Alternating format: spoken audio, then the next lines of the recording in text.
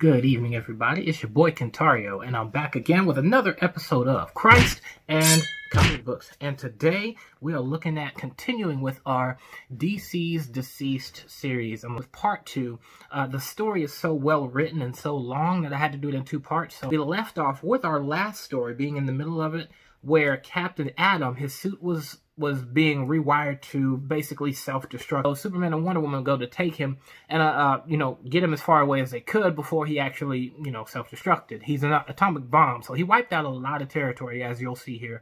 But we're not going to do too much of a recap. If you want to check out what was discussed from the first part of this series, go check out the video in the description. We now have Mr. Miracle and Big Barda. Just to give a brief identification of these two people, where they're taking place now is they are seeing the destruction of Apocalypse. Both of them are residents of Apocalypse, and it seems those two are the only 2 survivors that we have left. So, to give a little background, Mr. Miracle is the exchanged son of Darkseid. So what happened was his brother, Darkseid's brother, Highfather, both were at war with one another. For them to be an agreement between the 2 families, they exchanged sons. So Darkseid's son went to go be with Highfather, and Highfather gave over his son unto, of course, Darkseid. And that is who we have, Mr. Miracle. And that's what's so significant about him. Of course, the woman that was doing the torturing of Mr. Miracle had a daughter, and that was Big Barda. And Big Barda, of course, is almost like an Amazonian warrior woman, so that's really where their stories lie. The thing about the both of them is they're in a relationship, of course. So in leaving Apocalypse, they go back to Earth, basically. And in going back to Earth, they end up meeting up with Mr. Terrific. Now, there's a significance between Terrific being here in this point. So the point of that is he's another intellectual character. They also reveal that they have Blue Beetle, not the one that people love from, of course, the Injustice game and the Injustice story, who has the ancient artifact that gives him his abilities and his powers. However, this Blue Beetle is the scientific, technologically advanced version. And so they have these smart characters showing up here. The significance behind that is, with these smart characters showing up, they're, of course, looking at the zombie bodies, doing their experiments to try and figure out, okay, what can we do to stop this? Are they savable? Is there anything that we can do? The purpose of revealing this at this point is to show that they can't. 1, they can't come up with one that way. 2, they can't come up with one fast enough. So that's the significance in bringing them in. But what they're leading up to is that there has to be a new way to be able to resolve this issue, either by possibly going the magical route or by going through the time travel route. They bring this about in this story by bringing in some other characters, such as they introduce Constantine. And Mr. Terrific, Big Barda, and Mr. Miracle go to him to seek, I guess you could say, mystical support. He's not, of course, down with this, so he zooms off for a moment. As well, we have Booster Gold showing up, who is and this isn't going to make any sense. I actually took a second to think about this. But so they bring in Booster Gold. Booster Gold is someone from the future who took futuristic technology, returns back to our time, and of course becomes a hero, becomes successful. He's almost like Iron Man without the intellect. That's really who Booster Gold is. So with Booster Gold being here, it's like, okay, so time travel. Let's work together to try and see if we can't manipulate what happened in the timeline. So in them going to his time machine to do this, they meet up with what's known as a linear man. The linear man they meet with is known as Wave Rider. Now, to bring about some simple explanation of his significance, Wave Rider and the Linear Men are a team of people that protect the way that the timeline flows. Whether or not you can or cannot make moves to interrupt the timeline that will either, whether or not it helps out or whether or not it does damage. Whatever it is you're looking to do by the timeline, you can't do it. However, that's where I get confused, because it's like, well, where were you when Booster Gold came back in time to be a hero in this? We have him trying to stop them from, of course, doing this. So in the midst of them meeting up with the Linear Men, we have just lost Mr. Miracle and Big Barda. Mr. Miracle and Big Barda were swarmed by zombies. They sacrificed themselves to give Booster Gold, Blue Beetle, Mr. Terrific, Constantine, give them all time to get in here. So they end up getting in here. Constantine ends up knocking out the Linear Man, but in the midst of them trying to get to the time machine, they get attacked by Big Barda. Big Barda rips Mr. Terrific in half. In that same moment, you have Booster Gold being that someone supposedly from his timeline has now been hurt by this infection that's come into play. He now disappears from this reality, almost as if he's never been born or he's misplaced in the timeline. However that plays out, they don't speak on that, they don't acknowledge it, they just identify. Now they only have Booster Gold, who can use time to go and fix this. So, as of course, everyone's been killed off. Blue Beetle, dead. Mr. Terrific, dead. Big Barda, Mr. Miracle, dead. So he's losing all of these people, even the Wave Rider, the Linear Man, he's dead. And so all we have left now in this moment is Constantine. In the midst of about to die, Dr. Fate shows up with Zatanna, and they take Constantine with them because he says there's another fate in store for you, basically. And in him taking him, Constantine being Constantine, takes a whack at Dr. Fate, wondering basically where he's been, what have you been doing? And again, there's a different plan here. So they take him, they leave. And that's the end of that. And the significance behind that is like I said, they had Batman, Mr. Terrific, Blue Beetle to show, can we cure this thing from a scientific perspective? This is identifying that now, since we tried time travel, since we tried magic, or at least the extent of what we've tried with magic, both of those are out of the picture. We can't use these to try and solve this problem. It's not going to solve the virus. So now they're gone. And it's just like, okay, what hope do they have of surviving this? The hope that they have of surviving this is, like I said, this left off with Captain Atom self-destructing. So this leads into them taking safe havens, such as the Mascara. Wonder Woman and Superman and all of them work together to expand the Mascara to make it a sanctuary for any survivors. They go to the Fortress of Solitude, making that a place for any survivors. So then you have Damian Wayans, who has now, of course, taken on the mantle of Batman. He leaves with Green Arrow and the Green Lantern Black Canary. They all go to meet with Poison Ivy, who's made a safe haven herself. And something that we're going to see with the sanctuary to produce fruit and things so that they can survive. So she's made this place to where it's a huge green barrier that if anything threatening gets in, they're going to die. Even with these three heroes showing up to meet with Poison Ivy, zombified Killer Croc comes out of the sky trying to attack them, and immediately the vines take him in and they kill him. So that shows how dangerous this is. So they petition with Poison Ivy that, hey, we need another sanctuary here for any survivors. And she's very skeptical about doing it. However, Harley Quinn has already been trying to put in work to convince her that we need to do what we can to help others. So with them showing up, this is just the icing on the cake to say, okay, fine, we'll do it. But being Poison Ivy, she's like, if anyone harms any of the green in here, they're being kicked out and fed to the monsters. So she's already setting that standard. So we lead back over to, again, the Fortress of Solitude. What we have happening here is we have several heroes gathered here. You got Hawk Girl, you have Firestorm, you have even the Red Tornado, you have Barry Allen the Flash, as well as Wally West the Flash. And that's the young black version of the Flash. So you have all of these heroes that have gathered here, and they're, of course, discussing, what they're going to do. So one of the things that they've all agreed on doing is building what's known as an ark. Now, in building these arcs, these are what they're going to use as spaceships to evacuate the planet Earth. And they make them so huge that they can house several people to be able to leave the planet. In the midst of them, of course, being in the Fortress of Solitude and discussing the things that have happened, we get attacked by Martian the Manhunter. He comes in making some high-pitched screaming sound. You would think that was Black Canary, but no, Black Canary is still good.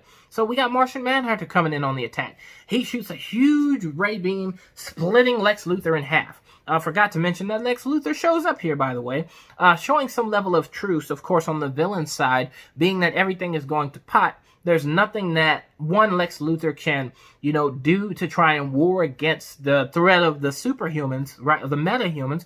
They're not the threat in this situation. It's a virus that affects all people. So he's basically in kind of this given up state in the sense of his endeavor against metahumans to focus on doing what we can do to try and save humanity. He's still snarky and smart mouth as always. That's why, as you see in one scene, he gets decked by Lois Lane. But, of course, in this moment of the Fortress of Solitude being attacked, he's immediately killed. So he shows no true relevance outside of his contribution to the arc in this story. Immediately after he gets shot, Flash, Barry Allen's trying to figure out where this attack is coming from, and he gets cut by Martian Manhunter. So you know what that means. We got an infected Flash on the scene. Now, what's so significant about this is Flash moves so quick. Even Superman can't immediately catch up with him, right? So he leaves the Fortress of Solitude and goes and starts infecting people across the world. Remember in video 1, the main thing that they're looking to do with this infection is not the type of hunger per se. The goal is to simply spread the infection or spread the infection. That's the only goal of what's happening in this storyline. So he leaves the Fortress of Solitude, and they go to spread the virus. Spreading, right? So Superman's only move in this moment is, I can't catch him, but I can meet him. So with Barry Allen coming one way around the world, you got Superman coming around the other way, this way. So with them coming at each other, boom, they clash. Of course, Superman, with his durable body, he obliterates the Flash. Immediately obliterates. He goes to try and say his apologies and obliterating him, and he realizes in this moment that he's been infected by the Flash. His bones has penetrated his flesh. He's infected. So in realizing that he's infected, he doesn't use his time for panicking. He goes straight to Wally West. He asks Wally West if he could get his mom, if he could get Lois Lane, if they could get John Kent, which is their son, if they could get them all into the Speed Force. Sidebar, I forgot to mention, his father, dead. That was one key thing there too. His father has already been dead. Superman went to go, of course, deal with seeing that his father was dead. And that's when he takes his mom and they leave that. So Father Kent is already gone. We only have the son John, Lois Lane, and Ma that's still alive right now. So he meets with them in the Speed Force. He says his goodbyes. And in saying his goodbyes, he goes to fly off into space to change. I don't fully understand the significance of that. I guess it gives him a second. So he flies off. He goes and he changes immediately. Like you see him blasting his heat vision and he's clawing at his flesh. In an effort to contend and plan for this, you have where Damian Wayans brings out one of Batman's, of course, contingency plans, which they had an issue with at the beginning, but I bet they don't have an issue right now. He brings out the kryptonite that he has left, and Wonder Woman takes that and fashions that into a sword so that they can, of course, deal with Superman and kill him off. So in this moment, you have Wonder Woman, Cyborg, and Green Lantern Black Canary going to contend with Superman. There's an interesting scene that happens in the story where you see some survivors and they see Superman coming and they have that look of we're saved. But in that moment, instead of being saved, you see Superman rush through a building, crash land down, and cause so much destruction. Just to show the flip side, who you thought was your savior is now your reaper in this moment. So he's coming to cause some destruction. And so that was such a powerful scene that they had that in the book. But you have these heroes coming now, and they're fighting with Superman. And on the other side of what's happening, you have the Mascara, which they've expanded, now being attacked by Aquaman. Aquaman, using his ability to call on every kind of creature of the deep, calls on a Kraken and the army of Atlanteans that he's changed to come and attack the Mascara. So it's Atlanteans versus the Amazon women. We actually have had this battle before, and it was in the Flashpoint series. I guess it's funny that they were like, in any instance in which the timeline has changed for one reason or another, there's probably going to be a warfare between Atlanteans and Amazons. I think that's very interesting. But another thing too, and I want to tag him in this because he's a great storyteller when it comes to acknowledging comics. Comicsexplained, and what they did was they acknowledged that the reason that Aquaman was even able to get here is because the Mascara, their territory, has been expanded. So with their territory being expanded, this made it to where now they're able to be detected. So Aquaman was able to detect their location and, of course, come in and do his attack as he's doing. But they're warring with each other. We got Superman causing trouble. And with all of this catastrophe happening all at once, they make the immediate decision that, hey, we need to get out of here. So what they ended up doing was they ended up saving, actually, in the arcs, at over 6 million people for the arcs that they have built. And they built that in a short period of time, if you ask me. That's what I thought was interesting. They built them really quick. But they got them in the arcs, they got them gone, and now they're leaving the planet. In the midst of the battle happening with Superman, you have Wonder Woman. She goes and, of course, she's going to cut off Superman's arm, and she goes and runs him through with the kryptonite blade. But in running him through, she gets ran through with his hand. The thing about being zombified that's very key is you have no limitations. So where Superman would otherwise limit himself consciously because, one, being brought up by humans, two, trying not to be as threatening, having so much self-control over himself, he's not operating under that self-control anymore. So him being impaled isn't going to cause him to be shocked. So he runs her through immediately. She falls. Superman flies off, going after the arcs. Wonder Woman passes on the kryptonite blade onto the Green Lantern, Diana, and she goes and flies up into space. So with Superman coming, such a beautiful, powerful, and emotional scene happens here where John, aka Superboy, gets prepared to go, of course, and contend with his father. So he leaves the spaceship, he flies into his father, and they clash. Boom, and it's like a stun moment. So both of them are stunned. He ends up actually cracking his shoulder in this moment. But that allowed them just enough time for the Green Lantern Corps to show up and to bring some intercession into this mass destructive situation. So oddly enough, and we're going to get into this only for a brief moment, oddly enough, Superman, instead of contending with the rest of them, he leaves and flies actually into the sun. He immediately begins to absorb the sun's radiation into himself. There's no telling if that's going to bring about a healing to him or restoration to him, but he's absorbing the sun's rays. So that's going to make him an even bigger threat later on, being that he's doing this. But you don't see what happens because this is where the story's actually ending. They get away safely because the Green Lantern Corps shows up, and then we, of course, have Cyborg, who actually stayed behind like Wonder Woman. Now, here's a significant thing about Cyborg staying behind with Wonder Woman is Cyborg has wrapped her in the lasso of truth and is challenging her to see if she can actually talk. She says, "We have a voice." So in this moment, she acknowledges they have a voice. Cyborg goes on this questioning to find out, what's the purpose of this? Who are you? What are y'all doing? And they're basically like, we're reapers of death. We're here to spread destruction. They're going with, the usual death quotes that they go with whenever someone's looking to simply cause mass destruction, all right? That's the usual quote. But he goes over to question even more, is there a cure? She says yes. And he's like in shock. There is a cure? Yes. We could have saved so many people. But here's the thing she cued him in on.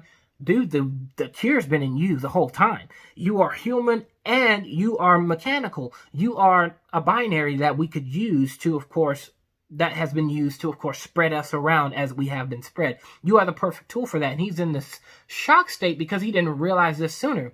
To be honest with you, I'm surprised he didn't realize this sooner. I'm surprised he didn't realize it. I'm surprised Batman didn't get in and pass that message on to somebody. Nobody caught this on, that Cyborg, being that he spread it, could be the cure. While they were sitting in the Fortress of Solitude earlier in this book, they acknowledged that Cyborg was the reason this infection spread in the first place. They didn't think to test him or in experiments, nothing. They didn't think to do none of that in this. And that's one of the things that kind of puzzled me about it. But in the midst of him being shocked, he gets his head ripped off by Wonder Woman. This is where the story ends. And this is going to be such an interesting piece here because now you wonder, what's really coming? Everything that's happened in this has happened in a planned sense. You start to think, since they have a voice and they operate like this, did they take out Batman early on for a reason? Did they attack in the way that they attacked for a reason? Even Flash, instead of infecting everyone in the Fortress of Solitude, he left. He knew that was a bad idea because Superman could have caught him then. But instead he chose to leave and go around the world, which wasn't a more effective and strategic move. When the Green Lantern Corps showed up, if he was really out of his mind, he would have just continued his assault. But instead, he goes and flies into the sun. So that shows you that this infection is more insentient than it is, idiotic, basically dumb, as normal zombies are. But now with the way that they're operating, they're really dumb. They're overpowered. So this is going to be crazy what we're going to see. I hope you guys leave some comments. Tell me what y'all think of this video. I look forward to our next one because now we're going to bring in the Bible and what it has to say about zombies, what it has to say about death and resurrection. These are the three things we're going to cover in our next video as we're doing this series on zombies. Thank you guys for joining me today, and I hope you have a blessed evening. Good night.